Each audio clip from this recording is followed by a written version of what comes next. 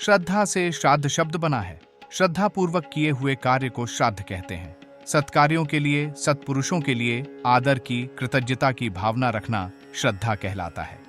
उपकारी तत्वों के प्रति आदर प्रकट करना, जिन्होंने अपने को किसी प्रकार लाभ पहुंचाया है उनके लिए कृतज्ञ होना श्रद्धालु का आवश्यक कर्तव्य है। ऐसी श्रद्धा हिंदू धर्म का मेरुदंड है। इस श्रद्धा को हटा दिया जाए तो हिंदू धर्म की सारी महत्ता नष्ट हो जाएगी और वह एक निःस्वत्व छुछ मात्र रह जाएगा।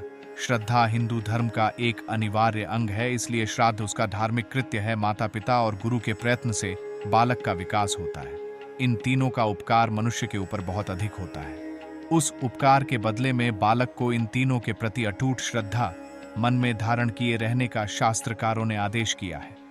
मातृदेवो भव, पितृदेवो भव, आचार्य देवो भव, इन श्रुतियों में इन्हें देव नर्तन धारी देव मानने और श्रद्धा रखने का विधान किया है। स्मृतिकारों ने माता को ब्रह्मा, पिता को विष्णु और आचार्य को शिव का स्थान दिया है। यह कृतज्ञता की भावना सदैव बनी रहे, इसलिए गुरुजनों का चरण स्पर्श, अभिवंदन करना नित्य के धर्म कृत्यों में सम्मिलित किया गया है। यह कृतज्ञता की भावना जीवन भर धारण किए रहना आवश्यक है। यदि इन गुरुजनों का स्वर्गवास हो जाए तो भी मनुष्य को वह श्रद्धा कायम रखनी चाहिए। इस दृष्टि से मृत्यु के पश्चात पितृपक्षों में मृत्यु की वर्ष तिथि के दिन पर्व समारोहों पर श्राद्ध करने का श्रुति स्मृतियों में विधान पाया जाता है। नित्य की संध्या के साथ तर्पण जुड़ा हुआ है। जल की एक अंजलि भरकर हम स्वर्गीय पितृदेवों के चरणों में उसे अर्पित कर देते हैं। उनके नित्य चरण स्पर्श, अभिवंदन की क्रिया दूसरे रूप में इस प्रकार पूरी होती है। जीवित और मृत पितरों के प्रति कृतज्ञता प्रकट करने का यह धर्म कृत्य किसी न किसी रूप में मनुष्य पूरा करता है और एक आत्म संतोष का अनुभव करता है। इन्हीं विशेष अवसरों पर श्राद्ध पर्वों में हम अपने पूर्वजों के लिए का उचित समाधान, ब्राह्मणों को अन्न, वस्त्र, पात्र आदि का दान करते हैं और ये आशा करते हैं कि यह वस्तुएं हमारे पितृदेवों को प्राप्त होंगी। इस संबंध में आज एक तर्क उपस्थित किया जाता है कि दान की हुई वस्तुएं पितरों को न पहुंचेंगी। स्थूल दृष्टि से, भौतिकवादी दृष्टिकोण से यह विचार ठीक भी है। जो पदार्थ श्राद्ध में दान दिए जाते हैं वे सब उसी के पास रहते हैं जिसे दिए जाते हैं। खिलाया हुआ भोजन निमंत्रित व्यक्ति के पेट में जाता है तथा अन्न, वस्त्र आदि उसके घर जाते हैं। यह बात इतनी स्पष्ट है जिसके लिए कोई तर्क उपस्थित करने की आवश्यकता नहीं। संसार के सभी देशों में, सभी धर्मों में, सभी जातियों में किसी न किसी रूप में मृतकों का श्राद्ध होता है। मृतकों के स्मारक, कब्र, मकबरे संसार भर में देखे जाते हैं। पूर्वजों के नाम पर नगर, मोहल्ले, संस्थाएं, मकान, कुएं, तालाब, मंदिर, मीनार आदि बनाकर उनके नाम तथा यश को चिरस्थायी रखने का प्रयत्न किया जाता है। उनकी स्मृति में पर्वों एवं जयंतियों का आयोजन किया जाता है। यह अपने अपने ढंग के श्राद्ध ही हैं। क्या फायदा वाला तर्क केवल हिंदू श्राद्ध पर ही नहीं, समस्त संसार की मानव प्रवृत्ति पर लागू होता है।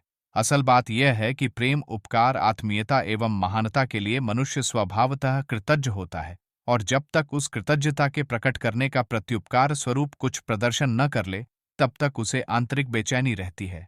इस बेचैनी को वह श्राद्ध द्वारा ही पूरी करता है। ताजमहल क्या है? एक पत्नी का उसके पति द्वारा किया हुआ श्राद्ध है।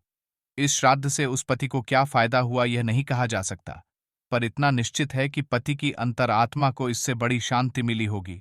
शाहजहां को उसके पुत्र औरंगजेब ने कैद करके जेल में पटक दिया और स्वयं राजा बन गया। जेल में सड़ते सड़ते शाहजहां जब मृत्यु के निकट पहुंचा तो उसने आंसू भरकर कहा, मेरे इस्लाम परस्त बेटे से तो वे काफिर, हिंदू अच्छे जो मृतक पितरों तक को पानी पिलाते हैं। श्राद्ध और तर्पण का मूल आधार अपनी कृतज्ञता और आत्मीयता की सात्विक वृत्तियों को जागृत रखना है। इन प्रवृत्तियों का जीवित रहना संसार की सुख शांति के लिए नितांत आवश्यक है। उस आवश्यक वृत्ति का पोषण करने वाले श्राद्ध जैसे अनुष्ठान भी आवश्यक है। हिंदू धर्म के कर्म कांडों में आधे से अधिक श्राद्ध तत्व से भरा हुआ है। सूरज, चांद, ग्रह, नक्षत्र, पृथ्वी, अग्नि, जल, कुआं, तालाब, मरघट, खेत, खलिहान, भोजन, चक्की, चूल्हा, तलवार, कलम, जेवर, रुपया, घड़ा, पुस्तक आदि निर्जीव पदार्थों की विवाह या अन्य संस्कारों में अथवा किन्हीं विशेष अवसरों पर पूजा होती है। यहाँ तक कि नाली या घूरे तक की पूजा होती है। तुलसी, पीपल, वट, आंवला आदि पेड़ पौधे तथा गौ, बैल, घोड़ा, हाथी आदि पशु पूजे जाते हैं। इन पूजाओं से उन जड़ पदार्थों या पशुओं को कोई लाभ नहीं होता, परंतु पूजा करने वाले के मन में श्रद्धा एवं कृतज्ञता का भाव जरूर उदय होता है। जिन जड़ चेतन पदार्थों से हमें लाभ मिलता है उनके प्रति हमारी बुद्धि में उपकृत भाव होना चाहिए और उसे किसी न किसी रूप में प्रकट करना ही चाहिए। यह श्राद्ध ही तो है, मृतकों का ही नहीं, जीवित जानदारों और बेजुबानों का भी हम श्राद्ध करते हैं। ऐसे श्राद्ध के लिए हमारे शास्त्रों में पग पग पर आदेश है।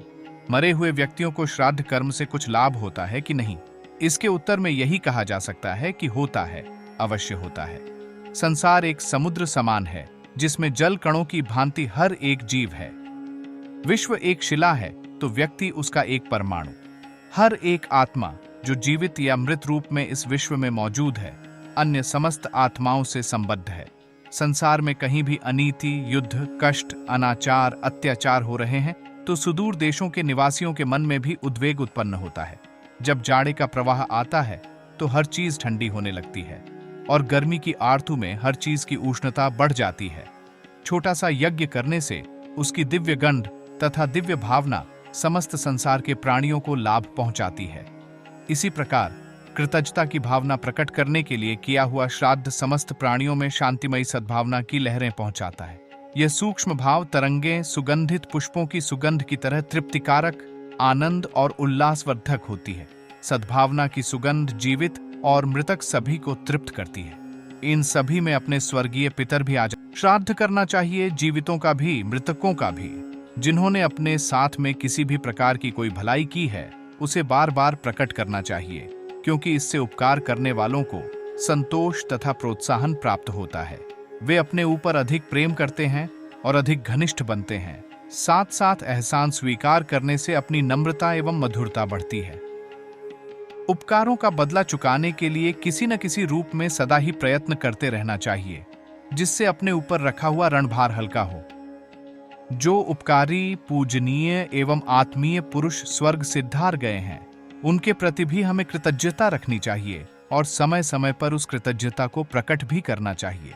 जल की एक अंजलि, दीपक या पुष्प से श्राद्ध किया जा सकता है। श्राद्ध में भावना ही प्रधान है। श्रद्धा भावना का हमें कभी परित्याग न करना चाहिए।